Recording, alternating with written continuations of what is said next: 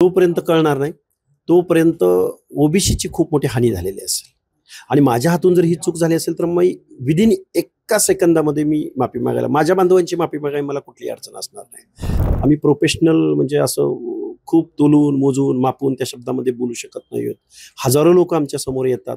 आम्ही जर प्रोफेशनल वागलो असतो तर ओबीसीची चळवळ उभी राहिली नसती. हुकुमशाहीला बळी पडणारं सरकार आहे असं मी डायरेक्ट सरकारवर आरोप करतो.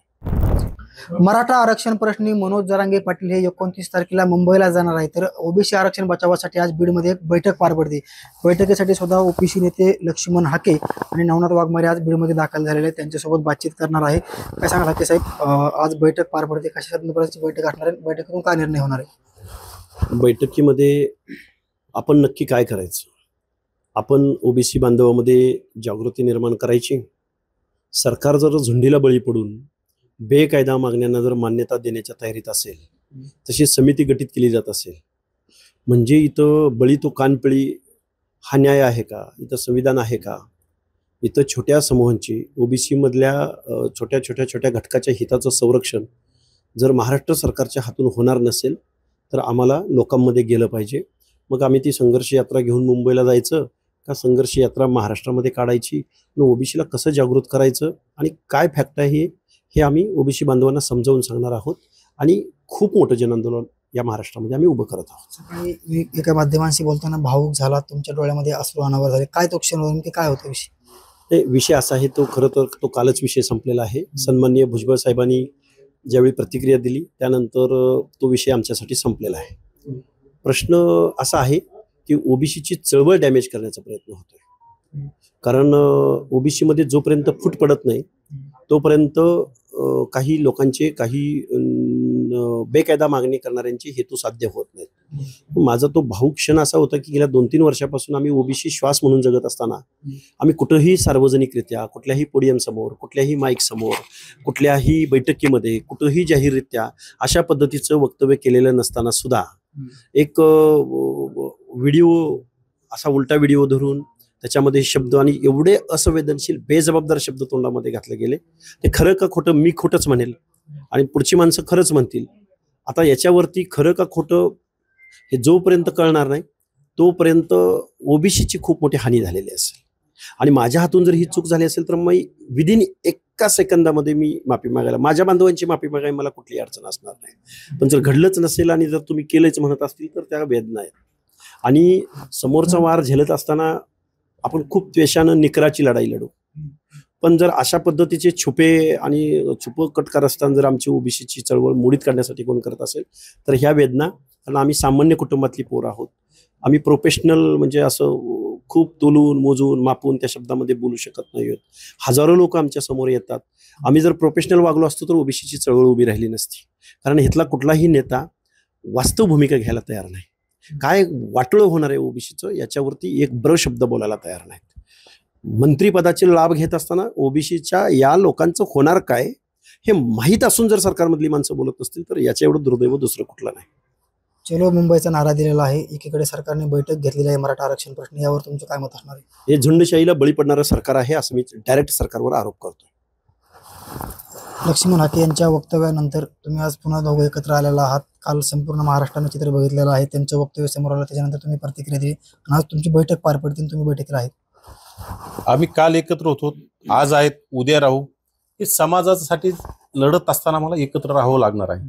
आमचे काय नॉर्मल काही गोष्टीवर मतभेद झाले तरी मनभेद आमचे होऊ शकत नाहीत.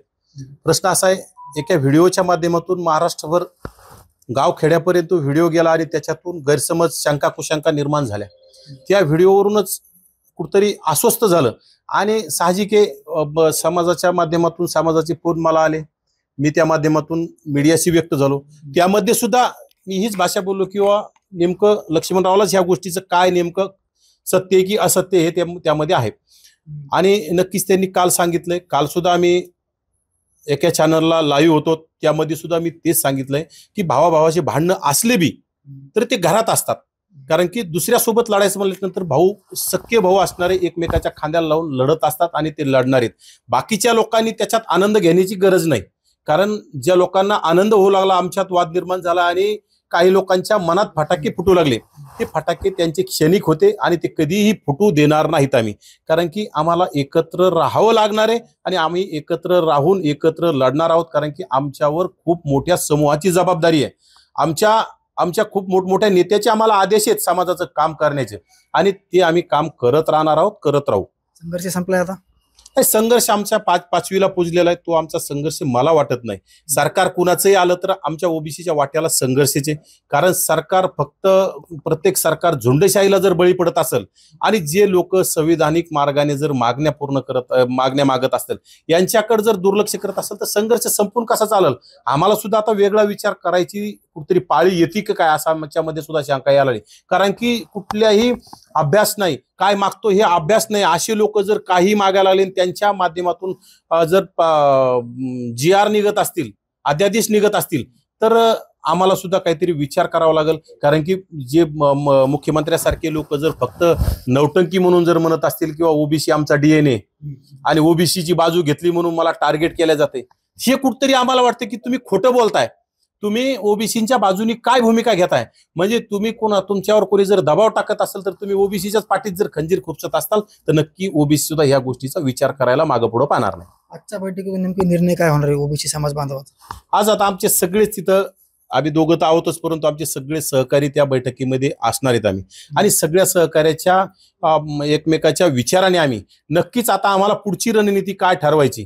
कारण की जर कोणी दबावाला बळी पडून जर सरकार वेगळे निर्णय घेत असेल तर आम्हाला सुद्धा काय मार्ग अवलंबावा लागल यामध्ये आम्ही आता नक्कीच विचार करणार आहोत. आणि सगळ्या समन्वयकाची आमची चर्चा करून नक्कीच आता तुम्हाला तिथे गेल्याच्या नंतर ते संपल्याच्या नंतर त्यामधून तुम्हाला पाहायला मिळेल. मराठा समाज बांधवांकडून एक इशारा दिलेला आहे, काही बक्षीस देखील जाहीर केलेले तुमच्या संदर्भात. त्या संदर्भात मला काय म्हणायचं नेमकी? आम्ही काय म्हणतोय, तुम्ही या ओबीसी मध्ये सामील झाल्यानंतर आमच्यातल्या ह्या सगळ्या ओबीसीच्या जातीचं काय होणार? तर ते काय म्हणतायत की जीभ हासडू ते काय म्हणतात की त्यांनी संविधानिक मार्गाने विरोध करावा. संविधानिक मार्गाने विरोध करावा असं म्हणत असताना तो कोण काळकुटे का फळकुटे? तो म्हणतो की संविधानिक मार्गाने विरोध करावा, आम्ही स्वागत करू. त्याच वेळी तो म्हणतो की 1 लाखाचं बक्षीस देऊ. 1 लाखाचं बक्षीस देऊ, चेतावणी देतोय मारायला. छत्रपती शिवरायांच्या स्वराज्याच्या निर्मितीमध्ये बलुत्या आलुत्यांनी भटक्यांनी जीवाची कुर्बानी दिली, त्यावेळी तुम्ही शिवाजी महाराजांना विरोध करत होता. हे वास्तव आहे. तुम्ही आजपर्यंत खूप दंगली केल्या असतील, तुम्हाला तो अनुभव असेल दादागिरी करण्याचा. पण गावगाड्यातल्या ओबीसींच्या विरोधामध्ये जर तुम्हाला काय, मी कालही बोललोय, जे काही तुम्हाला आम्हाला करायचं, आमचा जीव घ्यायचा घ्या. आम्ही फिरतोय, आम्ही आता बीड जिल्ह्यामध्ये आहोत. तुम्हाला कोणाला पाठवायचं आहे, काय झुंडीनं जीव घ्यायचा असेल तर घ्या. कारण त्यांच्याकडे उत्तर नाहीये, त्यामुळे ते दादागिरीची भाषा करतो. आज बैठकीत नेमके निर्णय काय होणार आहे? बैठकीत आमच्या आंदोलनाची रूपरेषा दिशा ठरेल. काही मोजक्या लोकांच्या उपस्थितीमध्ये आम्ही ही बैठक घेत आहोत. आम्ही तसंही गेल्या 10-15 दिवसापासून वेगवेगळ्या ठिकाणी वेगवेगळ्या माध्यमातून आम्ही जात आहोत. आणि हा लोकलढा, हा ओबीसीच्या हक्क अधिकाराचा लढा आहे. जेवढं 1947च्या स्वातंत्र्य लढ्याला महत्व आहे, तेवढंच महत्व 2025च्या ओबीसीच्या लढ्याला आहे. कारण 50 ते 60% क्वांटम असणारा ओबीसी आजही निर्णय प्रक्रियेच्या बाहेर आहे. आणि त्याचबरोबर दलित आदिवासी बांधव सुद्धा बाहेर आहेत, असं माझं परखड मत आहे. आणि आमच्या ओबीसीच्या मंडल आयोगाच्या अंमलबजावणीची लढाई आंबेडकरी जनतेनं लढलेली होती. त्या बांधवाची उणीव आम्हाला त्यांनी नेतृत्व करावा. आम्ही ओबीसी बांधव त्यांच्या पाठीशी उभं राहायला तयार आहोत. कारण आंबेडकरी जनतेच्या रेट्यामुळेच मंडल आयोग लागू झाला, हे प्रांजळपणे नमूद करावं असं वाटतं. पण तो आज आमचा दलित आदिवासी बांधव, आमच्याही काही चुका झाल्या असतील, आम्ही नाही म्हणत नाही ओबीसी बांधवांची, पण दलित बांधवांनी, आंबेडकरी जनतेने पुढे यावं, आदिवासी बांधवांनी पुढे यावं आणि ह्या ओबीसीच्या आंदोलनामध्ये सहभागी व्हावं, अशी माझी त्यांना हात जोडून कळकळीची विनंती आहे.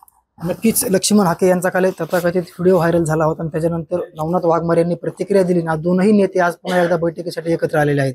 बैठकीमधून पुढील आंदोलनाची दिशा आणि ठरवणार असल्याचे त्यांनी स्पष्ट केलेलं आहे.